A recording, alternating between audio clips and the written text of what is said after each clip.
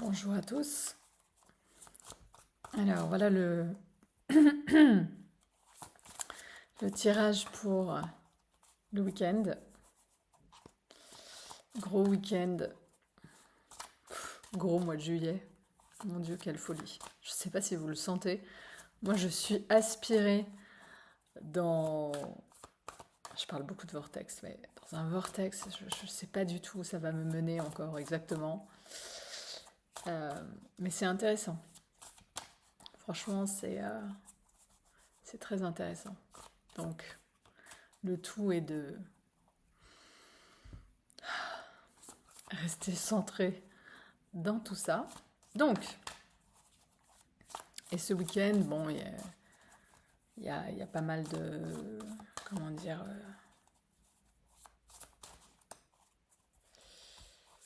c'est un week-end astrologique intéressant, qui ne touchera pas tout le monde pareil, parce que là, maintenant on parle beaucoup d'astrologie, et en fait, tout le monde y va de ces grandes envolées sur les différents aspects, mais bon, on n'est pas tous touchés de la même manière par les aspects, donc un truc super positif peut être pas du tout confortable pour quelqu'un d'autre. Enfin bref. Donc il faut toujours voilà, prendre des pincettes. Hein. C'est la même chose avec ce que j'amène là, d'ailleurs. Et en même temps, quand on tombe sur quelque chose, quand on entend quelque chose, quand on regarde, forcément un lien avec notre histoire. Toujours des choses à prendre.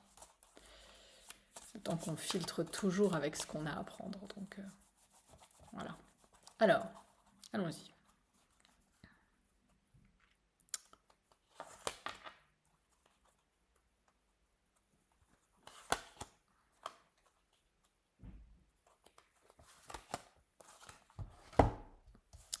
Qu'est-ce que nous allons avoir? La force. Voilà. Ok.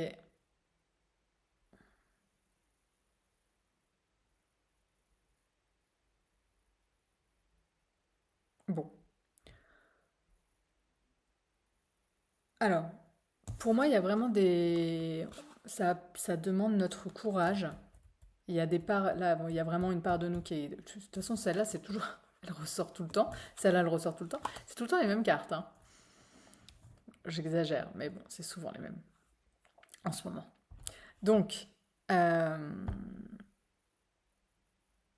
là, il y a un passage de cap qui est demandé justement pour arriver à l'union important qui est en train de se passer, qui demande du courage et qui va complètement assassiner la part de nous qui nous retient encore. Voilà.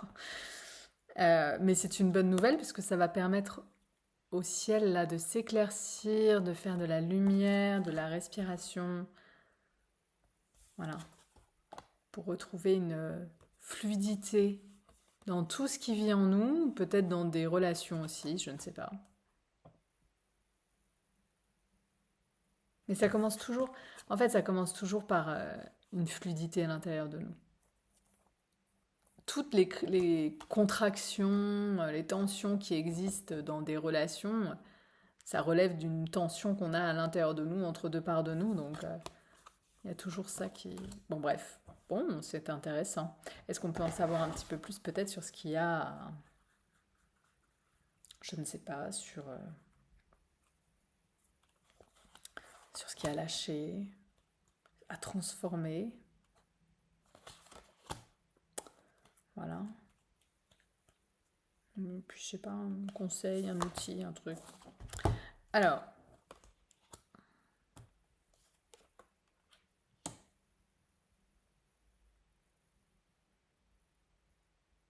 alors,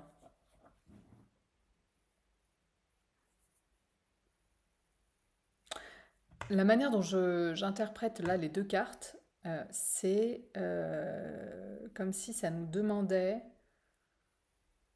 de sortir de la contemplation, de sortir justement de l'énergie du travail dans comment dire dans le dépouillement, de sortir de ça en fait, d'arrêter de mourir, d'arrêter de mourir, d'arrêter de regarder les choses et de laisser les choses se passer. Et, ok, bon, nous avons des grosses cartes. Euh,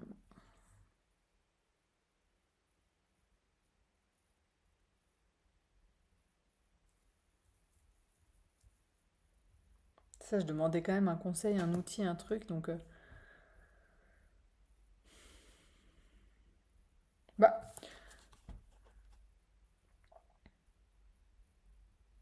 c'est peut-être l'activation de l'alchimiste. Hmm. On nous demande d'activer. C'est comme s'il y avait une demande de passer, à passer de manière de plus active. Il y a une posture plus active dans le processus de transformation. C'est-à-dire que dans le processus de transformation, il y a deux modes opératoires. Soit on prend les événements qui viennent, etc. Et ben, on les utilise pour se transformer parce qu'on en tire les enseignements, etc., etc.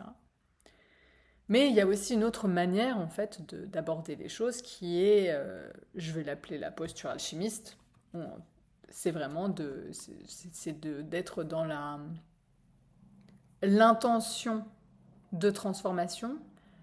Il y a comme un pouvoir supplémentaire. Pour ça, je trouve ça intéressant que ce soit le diable. Il y a comme un pouvoir supplémentaire qui, utilisé ou, comment dire, activé, quand on tente de l'activer, à partir d'un espace d'ego, de manque, de vide, etc., ça va donner un peu tous les trucs de manifestation, on peut tout manifester, on va manifester je sais pas quoi, enfin voilà, ça peut donner des choses qui sont désajustées finalement, qui sont encore des tentatives de combler un vide, ça finira toujours par s'effondrer, parce que tout ce qui comble un vide finit toujours par s'effondrer, enfin tout ce qui n'est pas construit sur quelque chose de profond, sur les bases de l'être, etc., ça finit toujours par s'effondrer. Donc, mais par contre, une fois qu'on est connecté à cette part-là, qu'on est capable de faire la différence entre ces mécanismes d'ego, ces mécanismes de peur, de jugement, tous les trucs un peu, enfin toute la personnalité de surface, et qu'on sait faire la distinction entre à partir d'où est-ce que ça naît à l'intérieur de moi. Est-ce que c'est un espace d'amour? Est-ce que c'est un espace, c'est l'espace de l'être, de qui je suis profondément? Ou est-ce qu'il y a encore des mécanismes qui se produisent? Quand on sait faire cette distinction et qu'on active en fait la capacité à... Bon, on manifeste toujours en temps réel, puisque de toute façon, on est tout le temps dans la manifestation. C'est juste qu'on le fait de manière inconsciente et que ça manifeste nos schémas, nos schémas inconscients, en fait, en permanence. Mais je sais pas, c'est comme si là, il y a peut-être une transition vers un état plus conscient, plus fin, plus présent, qui permet justement d'activer une nouvelle manière d'aborder la manifestation, de manière beaucoup plus précise, beaucoup plus fine, qui se fait en accord avec l'être, mais du coup en accord aussi avec la volonté plus grande que nous, ce qui permet justement de pas faire n'importe quoi. Euh, D'être sûr d'être tout le temps dans quelque chose de juste et ouais, il y a d'activer cette part-là qui permet de... Oh, je sais pas si je l'explique très bien, mais je sens tellement un changement de posture là. Euh, de quelque chose d'actif, mais toujours... c'est quand même actif quand on reçoit les événements et qu'on en fait quelque chose pour tirer des enseignements et qu'on n'est pas là en train de dire oh là là, il m'arrive ça, il m'arrive ci. C'est quand même pas la même chose. C'est déjà actif. Mais là, c'est une autre forme d'activation. C'est une autre forme d'activation. Alors peut-être que comme moi-même, je ne l'ai pas complètement... je ne l'ai pas forcément activé. Probablement que j'ai un peu plus de mal à en parler. Hein. Mais en tout cas, voilà, je ressens un niveau en termes d'alchimie et de capacité alchimique qui est supérieur. Capacité de transformation, il y a quelque chose de plus ésotérique dans la manière d'aborder euh, cette posture-là. Bon, une autre carte. Franchement, ça va assez bien avec les gros événements astrologiques dont tout le monde parle. Là. On est quand même sur un gros truc. Je me dis là, en termes de changement, on est aussi sur quelque chose d'assez conséquent. Bon, on retrouve toujours notre valet de bâton là. qui est là, tranquille. Voilà. Ah, lui, il avance serein. Lui, il y va tranquille. Il est... Il avance dans tous les événements. Voilà, il est toujours là. Tac, tac, tac. On va mourir, on va mourir. Enfin, pardon, la mort, c'est encore autre chose, mais c'est plutôt lui. Voilà. On va vers un grand saut. On va vers un grand saut. Allons-y, tranquillement. Moi, je suis là, je suis bien. Voilà, très bien, hein. Bah, ça vient dire que quelque part, on a à l'intérieur de nous cet espace-là, accessible, probablement accessible assez facilement. Euh, Parce que parfois, on a des états intérieurs ou des espaces à l'intérieur de nous, ils sont accessibles, puis après, pouf, on les perd de... On repart dans des tensions, et puis, mais plus ça va, plus on arrive à retrouver à chaque fois les espaces justement ancrés quand on est vertical, ou alors quand on est dans l'amour, etc. Au fur et à mesure, en fait, c'est même euh, quand on est encore dans une posture où on se fait balloter par les événements, plus on y avance et plus on arrive à retrouver ces espaces-là. Et c'est ça qui, justement, est précieux. Et bien là, il semblerait qu'on soit capable, ou en tout cas vraiment pas loin, même si on ne le voit pas, en tout cas c'est le cas, d'aller plus loin, comme si il y a ouais, une confiance, quoi, une sérénité, une assurance. Alors, une dernière carte, c'est toi. Que me dis-tu? Bon.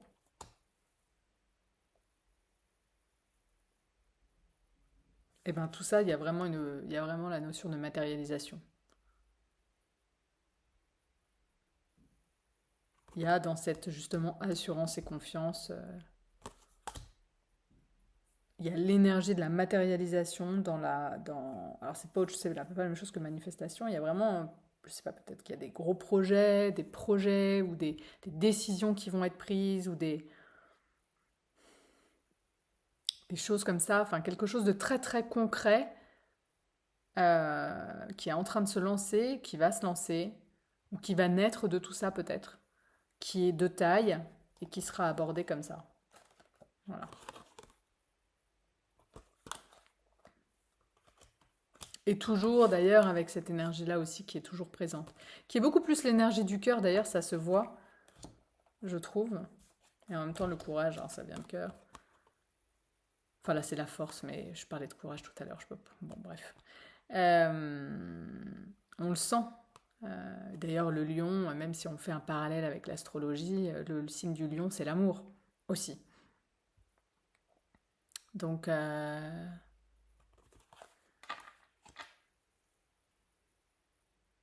et c'est parce que justement on a cette base-là qu'on peut naviguer dans tout ça, qu'on peut activer ça, et qu'on peut ensuite avancer. Et là, vraiment, ce qui sort après, ce qui sort autant en termes de posture, donc la posture, c'est ce qui se dégage de nous, même notre corps, notre voix, la manière dont on s'exprime, etc. Autant dans la posture que dans ce qu'on va créer, en fait, il va y avoir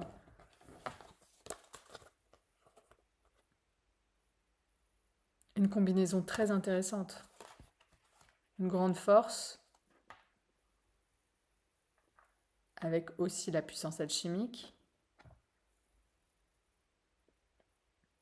Ça me semble être un grand saut qui est en train de se produire, donc voyons, voyons. Sur ce, je vous souhaite un bon week-end. Et puis, ben, je vous dis à bientôt.